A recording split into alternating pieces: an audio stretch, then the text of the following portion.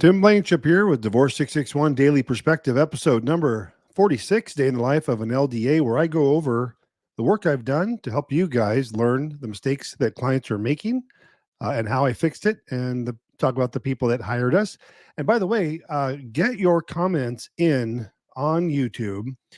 In the comments, get your questions in on the comments. If you guys have questions about something I'm talking about or anything unrelated to the video in question, get your questions. I just went through the last 30 days of questions, and I'll be answering those today, and I'll be doing that more frequently. So definitely get your questions in, because this is a daily broadcast. It goes out at 5 o'clock every day, so it's up to the minute, up to date, current things that are happening. First, we always go over the stats for the day. Had eight consultations today.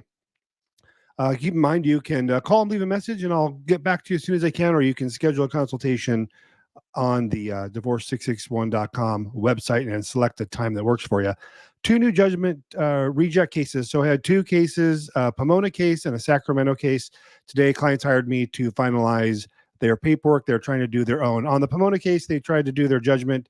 It got rejected. The Sacramento case, I believe she said that she saw what was all involved with that and didn't want to mess it up, and so hired me. And that's where people will hire me generally, is they'll do the summons, petition, proof of service, which is where these folks were at. The Pomona case, they tried to turn in the judgment, got rejected. I already, that guy hired me as well, and I already have their documents, and I will, as soon as this video is done, I will have their paperwork finalized, and they can sign, and I can e-file, and they will be done.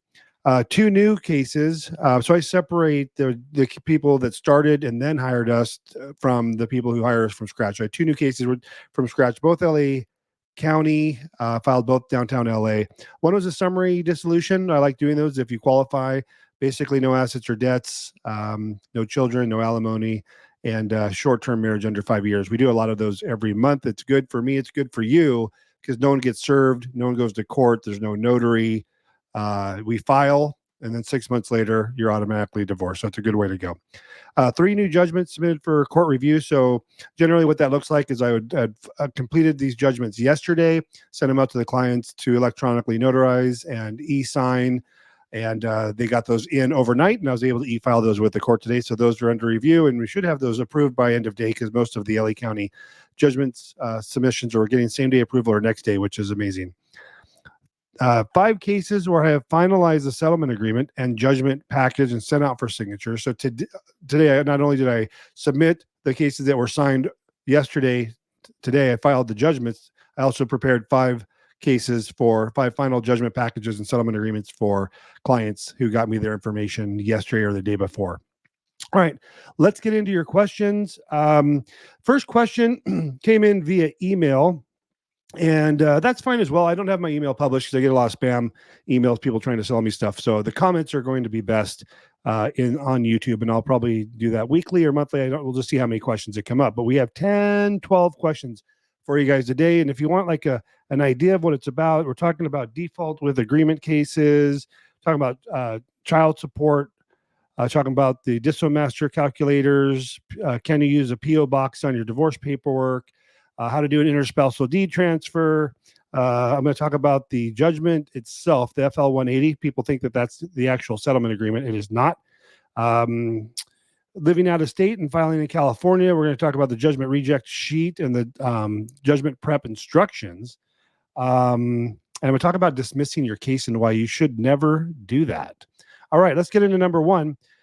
So here's the question. I'm just going to read it verbatim as it was given to me. It says, for divorce with amicable terms, married over 10 years in California, can they file a default with agreement and never have to submit the 150 and 160? That's the income and expense declaration and property declaration to the court if they also include a waiver in their final judgment. So let me tackle that one first. So filing a default with agreement has nothing to do with the length of marriage. Anyone can do default with agreement. All of our cases, short-term marriage, long-term marriage, that is just a procedural process whereby a response isn't filed purposely the way we do it.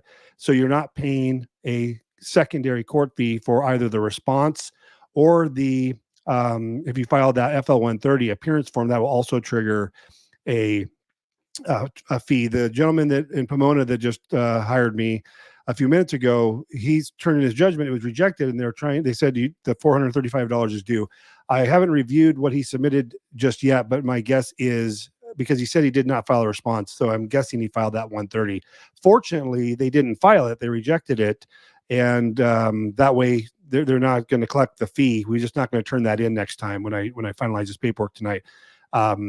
Unlike the case yesterday, I was talking about, I think it was Sacramento. I forget where it was, where they filed it, even the apparent stipulation of waivers, FL 130, they filed it, and because it was submitted, and then said the fee was due, which the court should just reject it. They shouldn't accept it, and then, because that was a mistake.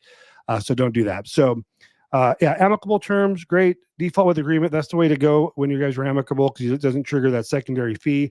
And you don't have to submit the income and expense declaration or property declarations. So I did a video yesterday. If you guys look down, or no, today it went a lot of videos went out today. Look for the one that talks about the guide and file. I think the caption says the dark side of e-filing. If you try and file your paperwork using the guide and file system that is anywhere through, you can do that with any court. I think most courts through California, it's going to force you to complete the income and expense declaration and the property declaration FL 160. You have no option on that. It'll force you to do it. That's why I say watch that video. Watch the dark side of e-filing.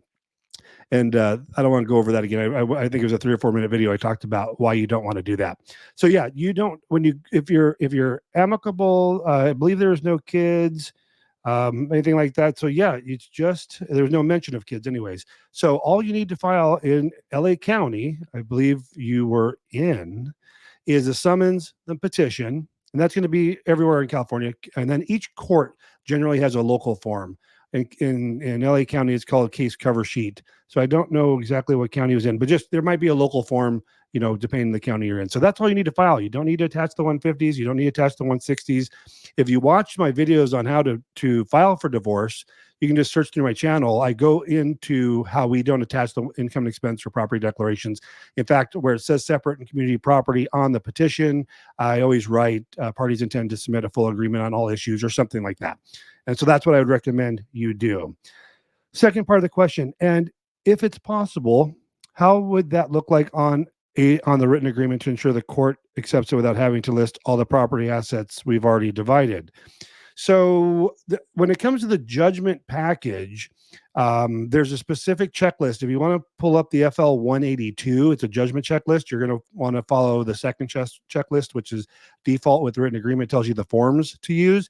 So what that's going to look like if you're using the forms, which I recommend versus a settlement agreement, is all you're going to have is there's a lot of forms that make up the judgment package, but the settlement agreement, that's made up of the FL 180, the FL 343 spouse support order, and the FL 345 property order. Then you need a signature page behind that you sign and notarize. And you can just make up like a signature page on a Word doc. So that's what that looks like. Now, specifically what that looks like, if you guys have already divided your assets and debts, you can still list them on there. What you guys, who took what, we'll capture that same information. If you don't want to list it for whatever reason, what I recommend you do is you simply say there's no community property to be divided on the community property side, and then on the separate property, just put for petitioner respondent, for petitioner, you can say any and all assets and debts in petitioner's name or possession, and the same language for respondent, just change it to respondent. And that's how simple your settlement agreement can be. There's some other procedural forms on default with agreement. That part's the settlement agreement. You have the 190 judgment. You have the entry of judgment. You have the 165, 170. You both have to have the 141 disclosure forms, and 570, 144. That's your final waiver of disclosure. But you still need to do the preliminaries. So hopefully that answers your question there. Number two, now we're into the YouTube questions and comments. Need help. Husband filed and is lying about the separation date. We've been married 18 years, but he says it's only been 9 years. So first off, I don't give legal advice. Everything I talk to you guys about is procedural tactics, like the forms and how to get through the court and judgment reject issues. So none of this is to be legal advice. But what I can tell you, having worked for attorneys in the past and working for the courts, that is being specifically done to try and reduce the amount of time you've been married, obviously, and purposely bringing it under less than 10 years because they're trying to get away with not paying spouse support for a long period of time. That's what I would read into this. The question is, what can I do? Well, you're going to have to file a response. It's obviously a contested case. There's already falsehoods being put forth. So you file your response and you put down what you think the actual data separation is and the length of marriage. So the answer to the question is, in this case, you need to file a response. There are entire trials over the data separation when people are playing these games, trying to reduce it less than 10 years, which is obviously the game here. I don't have to ever deal with that because we're not dealing with those types of clients, but get your response in, put your dates of separation in there. And if you're already starting off your divorce this way, you guys are going to end up in court at some point. And one of the issues that will be addressed is the data separation. He's going to try and justify the 9-year marriage. You're going to have to justify the 18-year marriage. And that'll be done through like, when did one of you actually move out? Or when did you guys actually talk about divorce? Were you guys still carrying on as a married couple? There's a whole bunch of things. Again, I don't get into the legal aspect of that, but I'm aware of them. We don't have to address them, but you probably, going to need an attorney to represent you to argue why it's an 18-year marriage, because it's a big difference between short-term marriage under 10 and getting spouse support for 5 years, half the length of the marriage, or a long-term marriage getting spouse support technically for a long time. Number 3, one of the questions was, when do you file the FL 190? So this is the entry of judgment. You're going to file the 190 with the 180 and all its attachments and all the other procedural judgment forms that I just talked about in question number 1, the judgment package. Follow that FL 182. You're going to turn those all in at the same time. Number 4, what date do you write on the child support order to start child support? We don't know when the divorce will be finalized.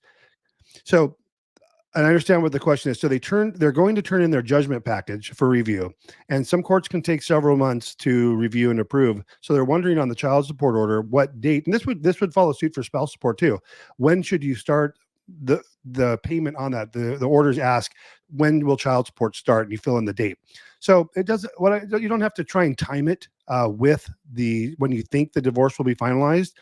You can start it last month. You can start it this month. You can start it, so it's January 25th. You could start it, February 1st, March 1st. The court's not going to have an issue with it. If you want to start when the divorce is finalized, you can write upon entry of judgment. And that means once it's approved, and that's a totally suitable time frame because it'll be reflected based on the entry of judgment. So when it does get approved, you'll get it in the mail. Say, oh, okay, it was approved on, February 3rd. That's when we can start the child support based on the way you drafted that. So that language is upon entry of judgment.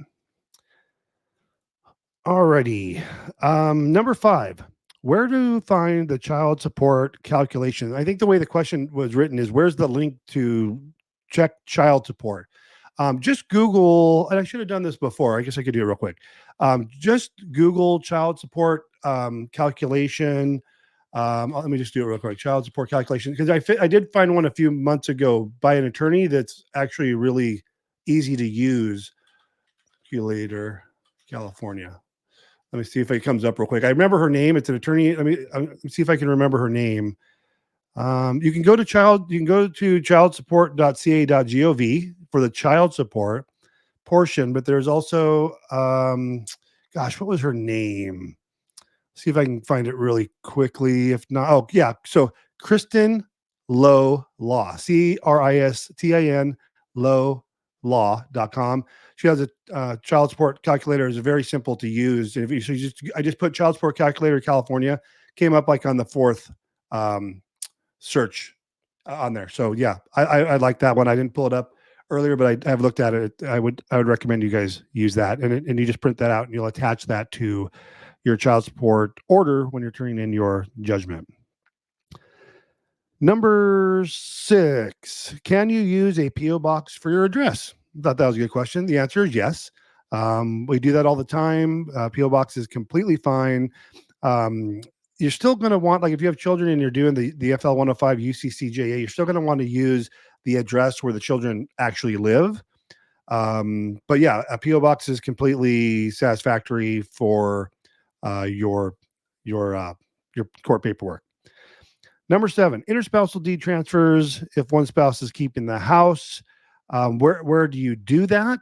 Was the question. So you would do that through the county recorder's office. It's not part of the divorce process. It's not done through the divorce court. So whatever county you're in, go to the county recorder's or county assessor's office, whatever they call it, and you're going to do a quit claim deed, also known as an interspousal deed transfer. Now, keep in mind that takes you off the deed, or your spouse off the deed. You still have the mortgage to contend with if you're on that, and that's a whole nother topic that we've talked about extensively in the past. Number 8, FL 180. This says judgment on it. The FL 180. When you're going to turn in your final paperwork, it's not the judgment. I know it says judgment on there, but that's not the judge. That's not it. Like, people will turn just that form in thinking it's the judgment, and they won't. If you look at page 2 of the FL 180, it talks about on all the different issues: child support, spouse support, custody, visitation, all that, property division. What is attached to the 180? Is it a settlement agreement? Did you write something up? Is the 343 spouse support order form attached? So you still need those attachments, and that's what makes up the settlement agreement itself, is the attachments to that, whether it's a narrative settlement agreement that you're drafting, a written agreement, or it's the forms, which the combination of the forms make up the settlement agreement as well. I see people turn just that 180 in, and that's just a face page, if that makes sense. Number 9, can you be the petitioner if you live out of state and your spouse lives in California? So I kind of phrased that question. This came up on a consultation today. They lived in San Diego. He moved to Nevada, and he wanted to file in California and use our service. But he said, I need to convince my wife to file because she's the one that lives in California. And that's not true. Either party can be the petitioner, even if you don't live in California, as long as one of you do. So I said, you can still be the petitioner, and when you use your Nevada address, we'll be saying that the jurisdiction that allows us to file in San Diego is based off the respondent's zip code. And that's for any county in California. Same rules apply. Only one party, and it doesn't matter who it is, and it doesn't matter if you're not the person living there and you're the petitioner. That's still totally fine. Number 10, default without agreement. Let me just read the notes here. Helping a friend and reject items, seek legal advice. Okay, so this was on this came, actually, it wasn't a question on YouTube. This came up as a question in a consultation. So no good deed goes unpunished is what I told her. She was helping a friend she was doing her divorce for her.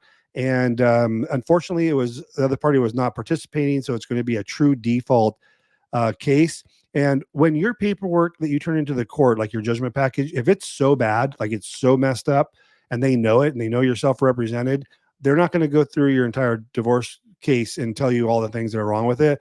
All it said was there are multiple reject items that we are not going to identify, seek legal advice. That's how bad the paperwork was.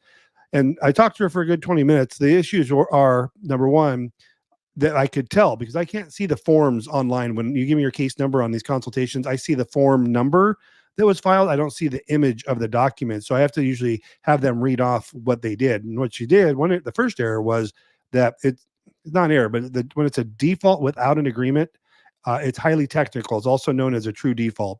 And then the petition has to be filed a certain way. You can have no errors, and it has to be done a certain way. The main issue appeared to be that she marked other on the spousal support and wrote none. And I've talked about this extensively. You do not mark that. That other box is a trap. You have 3 options. I think I talked about this in the last 3 videos. Reserve jurisdiction for both parties. That means no spouse support now, but some in the future. Terminate the court's jurisdiction over spouse support. That means no spouse support now or ever. And then the other box is spouse support payable to one party or the other. Use one of those 3 boxes. Don't mark other. And on this case, they were married less than 10 years, so they'll be able to get this through and terminate spouse support because it's not a long-term marriage, so they're not going to have that issue. But she needs to refile the petition. So they did or did not file the default. I don't remember, but it doesn't matter.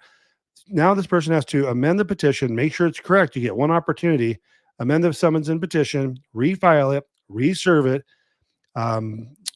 So refile it, reserve it, wait another 31 days, and then you have the ability to turn in the default and default judgment package again at that point. And a question she had, she goes, well, we're already past the 6 months. Do I still have to wait the 31 days after we amend the petition? And the answer is yes. The 6-month cooling off period has nothing to do with you amending your petition. So if you're way beyond the 6 months like they were and you amend the petition and reserve it, they have another 31 days of time to respond. And so you have to wait that amount of time before you can turn in your request enter default again. I think that was it for that. Number 11, FL 182 judgment prep instructions of the various type of judgments. I brought that up a couple times earlier. I think on number 1, as far as the forms that you need. It's a good checklist. It gives you the forms. I told you there's 3 types of well, yes, not in this video, but I've talked before about the 3 types of divorce cases: default without agreement, like we were just talking about, default with agreement, and uncontested.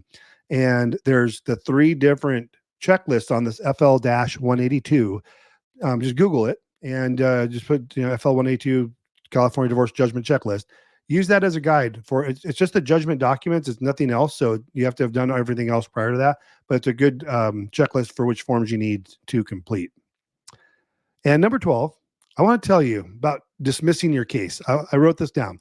Really think about it before you dismiss your case. You can leave your divorce case pending status for quite some time while you guys work on your marriage and you're trying to reconcile. Almost every case where my clients say they want it dismissed, I explained this to them, but then they always sign the dismissal and they almost always refile within the year, which comes with all new costs. So every time a client will say, Tim, we want to reconcile, we want to dismiss the case, what do we do? I'll say, consider this. Just let the case sit there. They may dismiss it on their own anyways after a year or 2. You'll get notices, leave the case active, work on your marriage, reconcile, see if it works out. And then if it doesn't work out, then we just pick up where we left off a year or 2 later. Nobody listens to me because I get it. They want to show to their spouse that they're, going to put forth the full effort of trying to reconcile. And it's not this like in limbo where they can immediately just go back to the case. But almost every case that we've dismissed, we have to refile. So I just got email today from a client that we just dismissed their case maybe 8 months ago last year. And he's like, Tim, we're going to file for divorce again. I know we signed the dismissal and have to start over. And I'm like, yeah. And when I looked up their case, where we were at in the process, we had already filed, served disclosures, the judgment, the settlement agreement, it was all put together. And even one of them had already signed the settlement agreement. And all it took was them to sign. Now we have to start from scratch, new case number, new court fees. I have to charge a new fee again because we're starting all over again. But we're going to repeat that process. So really think about it before you dismiss your case. I tell every client who wants to dismiss it to hold off, and they don't. I understand why, but just know you're going to have new fees and with the court and with me as well. So get your questions in, folks. Get them into the comment section of YouTube. I will be answering them. We get some interesting comments. It is divorce, so we get some, I don't say weirdos, but we get weird comments in there that are very unhelpful, calling me names and why you support divorce and stuff like that. And I'm obviously nothing to respond to there, but ask a legitimate question. I'll give you a legitimate answer. Keep it to forms and process and procedure. No legal advice. I can't do that with what I do. And I hope you enjoyed episode 46 of the Daily Perspective. We'll talk to you tomorrow. Have a good day.